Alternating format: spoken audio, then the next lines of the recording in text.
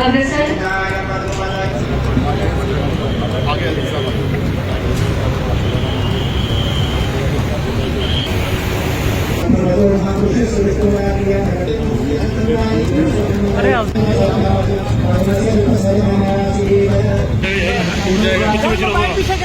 इस निर्माण कार्य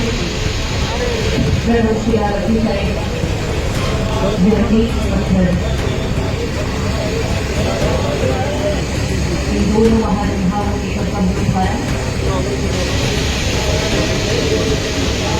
इस निर्माण कार्य के आनंद रखा गया है और यह प्रारंभिक कार्य की शिला प्रशस्ति का सर सामने सर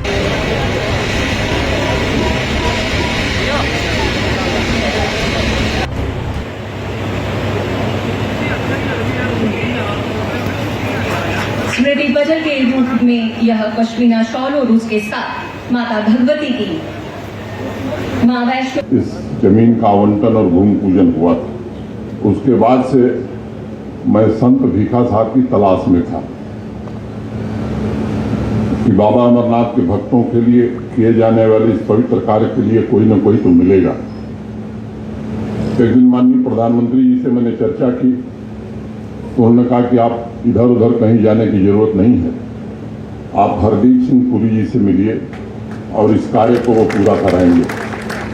और chairman ONGC doctor Arun Kumar ji का, जिन्होंने बिना विलंब किए हुए देश भर से आने वाले श्रद्धालुओं के लिए उदार मन से 51 करोड़ रुपए इस भवन के निर्माण के लिए स्वीकृत किया है। तो मेरी तलाश पूरी हुई, आज कार्य प्रारंभ हुआ है। और इतना ही नहीं मित्रों, मंत्री जी ने कहा कि भाई देश भर के श्रद्धालु आते हैं। मैं जानता हूं कि यात्रा में कठिनाई बहुत है, जैसा आपको बताया गया लगभग 13,000 फीट की ऊंचाई पर दुर्गम रास्तों में देश के कोने कोने से बल्कि देश के बाहर से भी लोग आते हैं। तो उन्होंने कहा कि यही वक्त है, सही वक्त है मनोज, पूरी यात्रा सुगम हो जाए। तो मैं फिर से एक बार मंत्री जी का विशेष रूप से हृदय से आभार व्यक्त करता हूँ। आगे मैं बताऊंगा कि और क्या क्या मैं लेने वाला हूँ। हमने कहा कि बस 3-4 भवन और हमें बनाने हैं यात्रियों के लिए, और मैं पूरी तरह आश्वस्त हूँ। अगर आप लोग समर्थन करते हैं तो जरा जोर से ताली बजा के मंत्री जी का स्वागत करिए। और तो मेरा विनम्र निवेदन है, उन्होंने कहा कि आने वाले 5-6 महीने में सब करा लीजिए। तो 5-6 महीने तो ज़्यादा समय होता है, आप अगर अगले महीने कर देंगे तो यहाँ से बड़ा भारी डेलीगेशन भक्तों का लेकर मैं आपके पास और आप ONGC के चेयरमैन श्री अरुण जी के पास आऊँगा। मैं समझता हूँ कि इससे ज़्यादा मुझे कुछ कहने की जरूरत नहीं है। लोग समझते हैं कि ये CSR ऐसी चीज़ होती है जिसमें वो केंद्रीय मंत्री जो होता है वो इशारा कर देता है किसी को कि ये कर दीजिए। असलियत ये है कि प्रोजेक्ट अच्छा हो तो किसी को भी इशारा करने की ज़रूरत नहीं होती। जो आपका जो ये प्रोजेक्ट है, जो आप यहाँ पे 400 हमारे जो पिलग्रिम्स आते हैं हर वर्ष, मुझे कहा गया कि 4 से 6 लाख आते हैं, उनके लिए जो आप रहने की व्यवस्था बना रहे हैं, उसमें डिजास्टर मैनेजमेंट सेंटर भी होगा, 54 कमरे होंगे, 18 डॉर्मेटरीज होंगी। अगर जब ऐसा प्रपोजल आता है तो मैं समझता हूँ उसमें इनबिल्ट मोमेंटम होता है। जब मैंने पता किया, जब मेरे को बोला कि अरुण जी ने सिर्फ 51 करोड़, तो मैं हंस के उनसे पूछ रहा था, मैंने पूछा था कि इसमें क्या आपको कोई हाथ तंग तो नहीं है? इसे नहीं, हाथ तंग नहीं है। हम तो चाहते हैं कि हम ऐसी प्रोजेक्ट्स को और हमारी तरफ से सपोर्ट जाए। तो फिर मैं मनोज जी के साथ बैठा था, मेरी पुरानी इनके साथ मित्रता है। मैंने कहा आप रुक क्यों रहे हो, थोड़ा सा करिए। तो इन्होंने कर दिया कि 4 और बनवाना चाहते हैं। और ये मैंने तो 5-6 महीने की इसलिए की क्योंकि हम लोग अब जैसे अब जून में महीने में आ रहे हैं, उसके बाद हम लोग बाद में जाके और चीज़ों में व्यस्त हो जाएंगे, तो आप 4-5 महीने। पर इन्होंने कहा नहीं 1 महीने में करें। तो मैंने आपको मैं यहाँ ही पब्लिक फोरम में वादा करता हूँ, आप जैसे प्रपोजल बनाएंगे अरुण जी के और हमारे यहाँ, उसमें 2-3 हफ्ते भी नहीं लगेंगे। तो अगर कल परसों आप भेज दें तो हम आपको इसकी जो भी अप्रूवल्स है, 4 और सेंटर या जो भी आप अच्छे प्रोजेक्ट बनाना चाहे, मैं आपको इसकी इमीडिएटली अप्रूवल्स आपसे कह के भिजवा दूं। विश्वास की यहाँ पर नींव रखी है, किस तरह से देखते हैं यात्रियों को सुविधा बढ़ा? देखिए वो तो माननीय उपराज्यपाल जी तो इनसे ये काम बड़े तेज़ी से कर रहे हैं। हमारा सौभाग्य है कि इस शुभ काम में हमारे एक ओएमसी भी जुड़ी है, तो वो श्राइन बोर्ड से मिलकर इसमें जो 400 पिलग्रिम्स के लिए रहने की जगह है उसमें 54 कमरे बनेंगे, 18 डॉर्मेट्री बनेगी।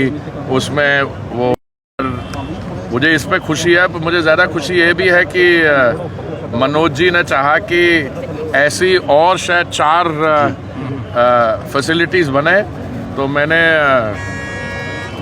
सीएमडी से बात करके उनको पब्लिक एश्योरेंस दी है, जैसे ही आप इसका प्रपोजल भेजते हैं हम उसकी अपनी तरफ से जो CSR की कमिटमेंट है एकदम कर देंगे। श्राइन बोर्ड और जम्मू कश्मीर प्रशासन ने पूरे मुकम्मल तौर पर की है और हर कोशिश होगी कि देश भर से जो श्रद्धालु आए वो एक अच्छा अनुभव लेकर के जाएं, बाबा का तो दर्शन करें ही, यहाँ के लोगों की जो मूल विरासत है उसे भी अनुभव करें। ये सच है कि इस बार बर्फबारी ज़्यादा हुई थी, लेकिन BRO ट्रैक का काम कर रहा है, 15 जून का काम पूरा हो जाएगा। यात्रियों की सुविधा की दृष्टि से भी कई पहल हम लोगों ने प्रारंभ की थी। चंद्रकोट का भवन आप सब जानते हैं कि पिछले बार यात्रियों ने इसका उपयोग किया। मैं आभारी हूँ ONGC का और उसके चेयरमैन माननीय मंत्री जी का, हरदीप पुरी जी का।